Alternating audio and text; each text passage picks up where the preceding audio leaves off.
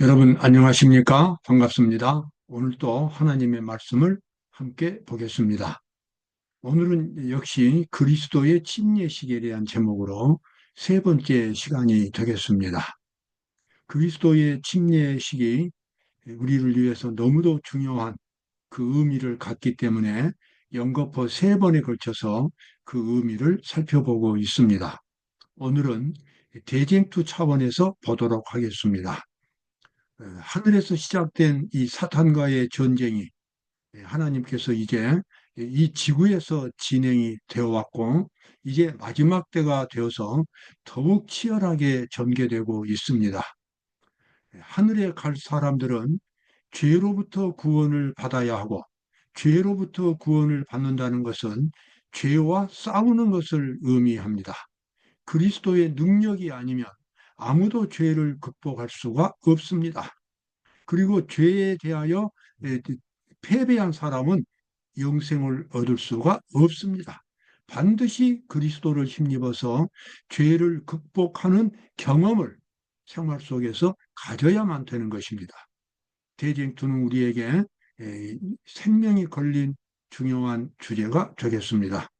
예수님께서 침례를 받으실 때에 사탄도 그 현장에 와 있었고, 침례식 이후에는 이제 사탄과 하나님과의 전쟁이 새로운 국면으로 접어들게 되었습니다.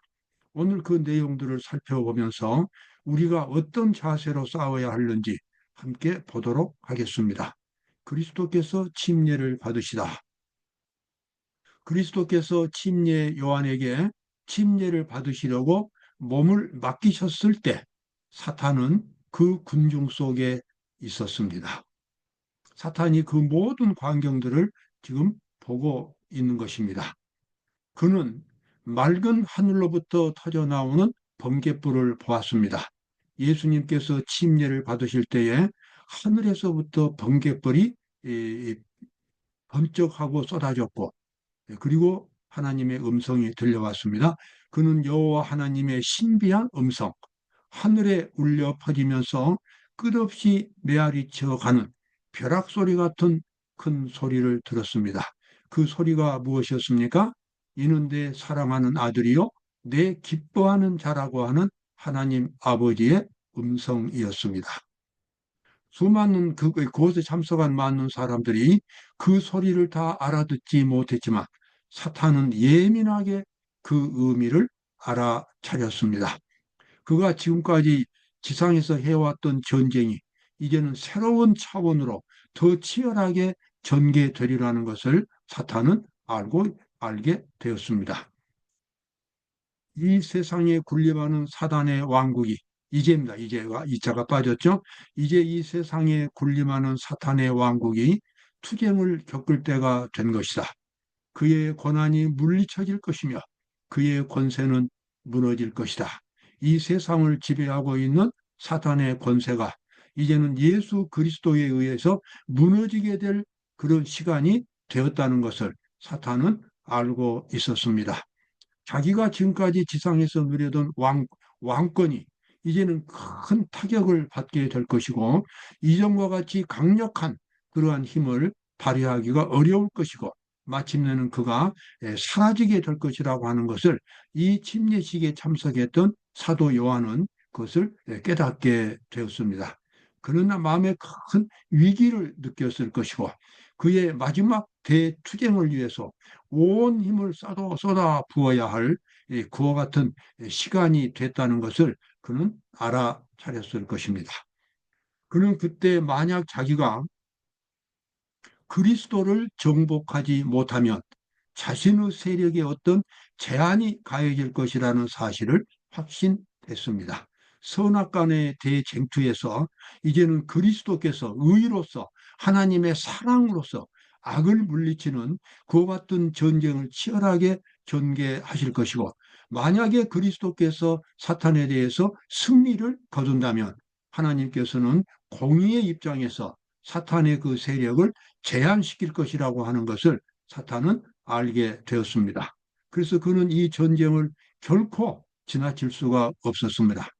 그는 이런 하늘과의 교통이 인간을 향하여 이제 과거보다 더 직접적으로 접근할 수 있게 되었다는 사실을 알았다. 그때 그의 가슴에는 더욱 치열한 증오심이 일어났다. 예, 여기 지금 사탄이 여기서 이해한 것은 무엇이었습니까?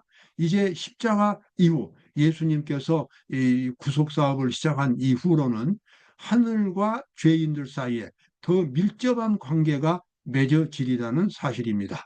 지금도 하늘과 인간 죄인들 사이에 밀접한 관계를 통해서 믿음을 가진 사람들이 구원을 받았지만 이제 예수님께서 이 땅에 오셔서 이제 구속 사업을 완성을 하신다면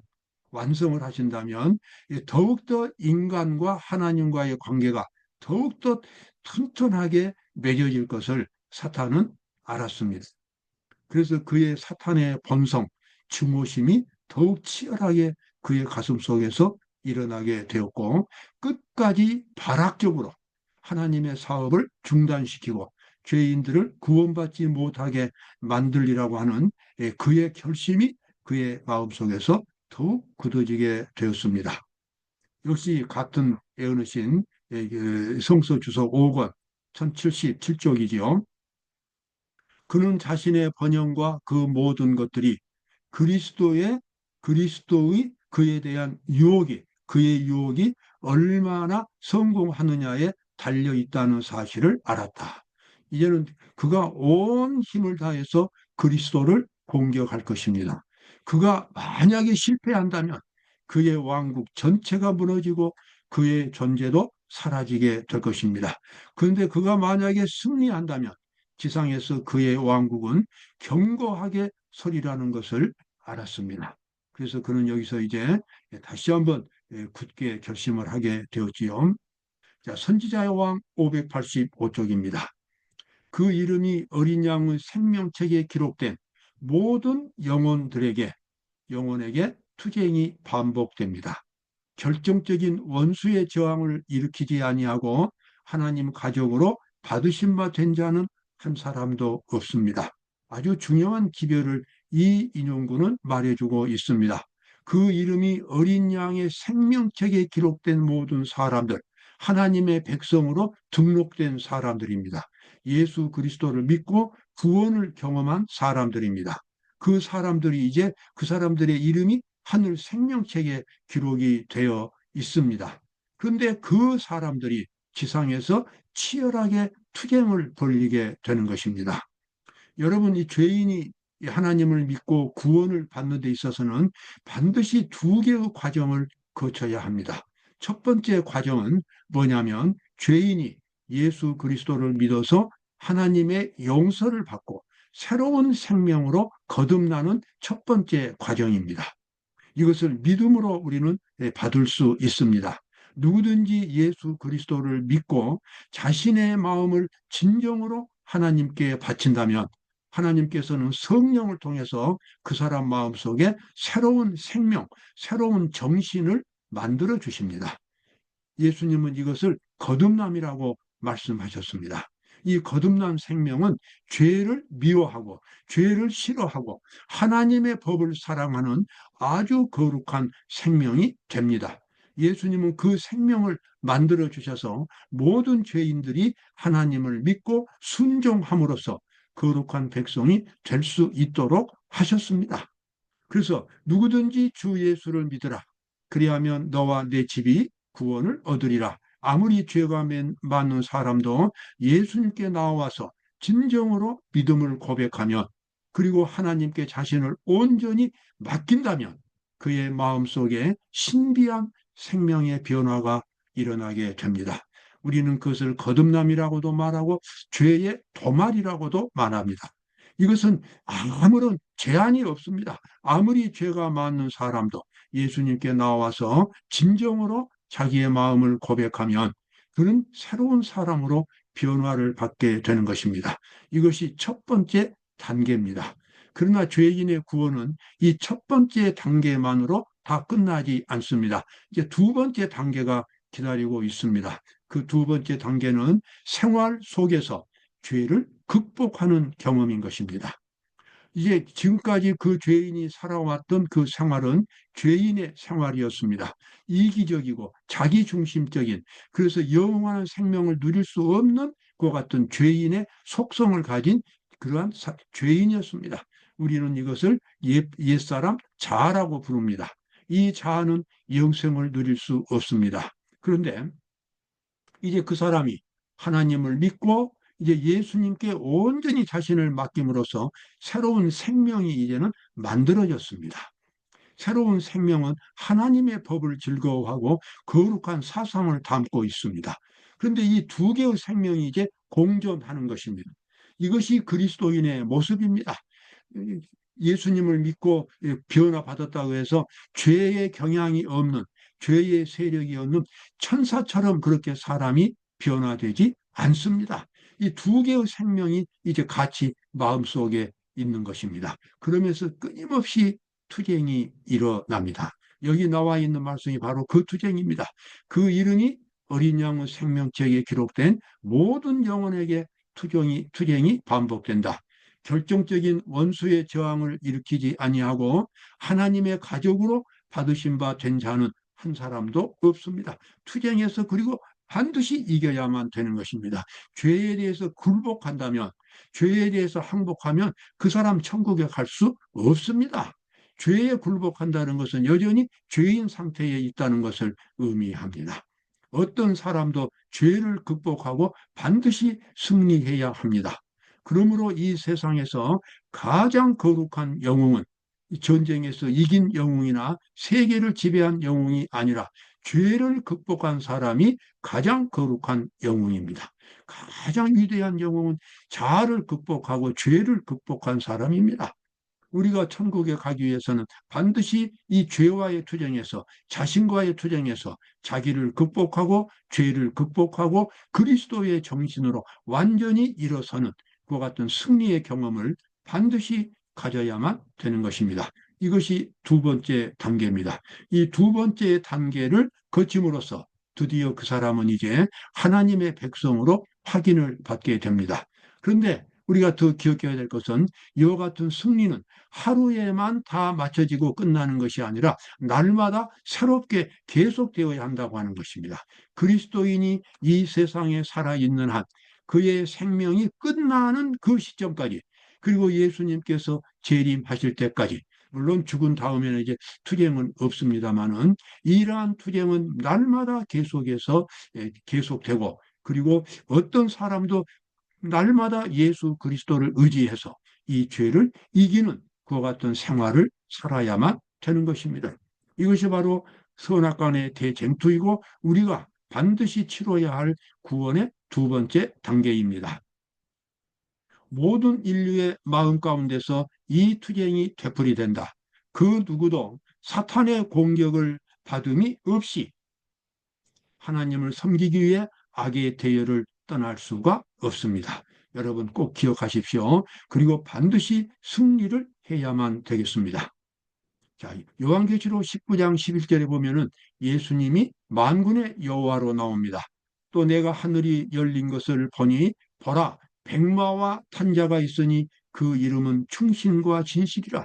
그가 공의로 심판하며 싸우더라.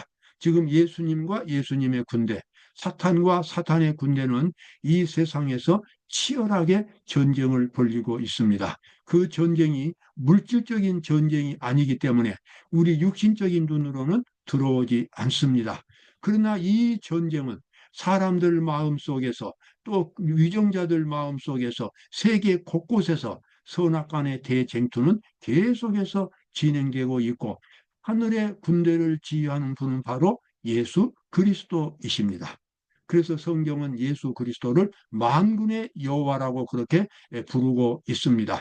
여러분, 성경의 특징 중에 하나가 무엇이던가요?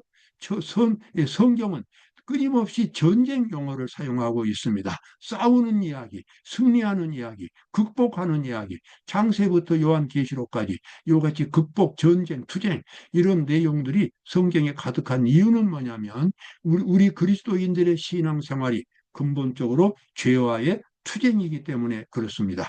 그리고 우리의 마음 속에서, 우리의 영혼 속에서 예수께서 우리로 하여금 승리할 수 있도록 끊임없이 도움을 주시는 만군의 여호와 하나님으로 그렇게 나와 있습니다. 오늘 우리의 생활 속에서 하나님의 세력과 사탄의 세력 간의 투쟁은 끊임없이 반복되고 있습니다. 마일라이프 94쪽에 나와 있는 말씀입니다. 이 두 군대들 사이에서 전개되는 투쟁은 이 세상의 국가들 사이의 전쟁만큼이나 실제적이며 그 영적인 투쟁의 문제는 영원까지 이른다. 영원까지 이른다는 말은 그 전쟁의 결과가 이제는 영원까지 그 결과가 남게 된다는 것입니다. 만약에 패배하면 어떻게 됩니까? 영원한 생명을 상실합니다. 만약에 승리한다면 영원한 생명을 얻을 수 있게 될 것입니다. 그러므로 이 선악간의 투쟁은 우리에게 영생이 걸린 아주 중요한 투쟁이 되고 우리는 반드시 승리를 해야 합니다. 그들은 하나님의 은혜와 그들 자신의 꾸준한 노력으로 말미암아 악과의 투쟁에서 승리자가 되어야 합니다. 여러분 꼭 기억하시기 바랍니다. 반드시 악과의 투쟁에서 승리자가 되어야 합니다.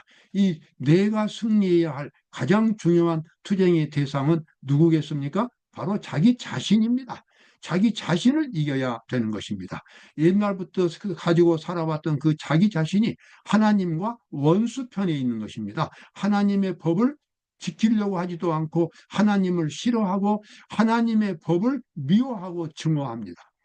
그래서 기도하는 것이나 성경 보는 것이나 또 교회 가는 것이나 이런 것을 아주 부담스럽게 하고 싫어하게 만드는 것이 바로 자아입니다. 죄입니다. 그러나 그리스도의 생명은 어떻습니까? 사랑, 거룩, 또 선함, 봉사, 희생 이런 것들을 또 사랑합니다. 그것이 그리스도의 정신입니다. 이 두 개의 세력이 우리 마음속에서 치열하게 싸우게 되고 우리는 그 두 개의 세력 중에서 우리는 반드시 하나님 편에 선다고 하는 확고한 선택을 해야 되겠습니다. 하늘에서 조사 심판이 진행되고 있는 동안 회개한 신자들의 죄가 성소에서 도말되고 있는 동안 세상에 있는 하나님의 백성들 사이에는 정결케 하고 죄를 버리는 특별한 일이 이루어져야 한다. 하늘에서 조사 심판이 진행되는 것은 지금 우리 이 시대에 주어진 애언의 기별입니다. 1844년 10월 22일부터 하늘에서는 조사 심판이 진행되고 있습니다. 여러분, 하나님의 심판은 선악을 구분하는 악인과 선인을 구분하는 그 작업만이 아닙니다. 악인을 의인으로 만들어서 구원해 주는 것이 하나님의 원래의 심판의 초점이고 목적입니다. 지금 하늘에서 진행되는 조사 심판은 우리 죄인들을 구원하는 그와 같은 구속 사업이 진행되고 선악과의 투쟁에서 사탄의 군대를 물리치고 그리고 죄인들을 하나님의 백성으로 구원해주는 그와 같은 구속 사업이 이 조사 심판 가운데 특별하게 진행되고 있습니다. 이러한 조사 심판, 복음 사업이 진행되는 동안 우리 하나님의 백성들은 지상에서 무슨 일을 해야 하겠습니까? 예, 하나님의 심판이 그 목적으로 삼는 일, 죄인이 죄를 극복하고 하나님의 백성으로 확인을 받는, 확정되는 그 같은 일에 협력해서 구원 사업을 이루어야 되는 것입니다. 하나님의 군대가 자기를 위해서 일하려고 이제 이 악한 군대와 싸우는데 자기가 만약에 태만하다면, 무관심하다면 그 사람은 하나님의 군대로 영생을 얻는 일에 실패하게 될 것입니다. 그래서 하늘에서 조사 심판이 진행되고 있는 동안 회개한 신자들의 죄가 성소에서 도말되고 있는 동안 세상에 있는 하나님의 백성들 사이에는 죄를 버리는 특별한 일이 진행되어야 합니다. 아침마다 여러분 새롭게 하나님께 헌신하시기 바랍니다. 그리고 하나님께 기도하십시오. 오늘 내 속에 어떠한 악한 죄가 있는지 나로 보게 해달라고 기도하십시오. 그리고 그 죄가 드러나면 양심에 거리끼는 것, 양심에 가책이 되는 것, 혹은 내가 어제 무례하게 행동했던 것, 내 마음속에 은밀한 이기심, 왜고집, 또 이 뭐 많은 그와 같은 천국의 백성으로서 합당하지 못할 그러한 기질들, 이러한 것들을 다 극복하고 하나님 앞에 죄 없는 사람으로 설 수 있도록 항상 또 최고의 노력을 기울여야만 되는 것입니다. 그렇게 함으로써 천사들이 도와주고 그래서 의인의 군대로서 승리를 얻게 되고 하늘에 합당한 사람으로 결정받게 될 것입니다. 여러분, 지금 선악간의 대쟁투가 치열하게 진행되고 있고 사탄이 예수님의 침례식에 와가지고 굳게 결심한 것이 끝까지 전쟁을 해서 죄인들을 구원받지 못하도록 만들겠다는 그와 같은 결심이었습니다. 그런 와중에서 우리는 예수 그리스도를 믿고 승리하게 될 것입니다. 여러분, 오늘도 예수님을 믿고 승리하시는 하루가 되시기 바랍니다. 감사합니다.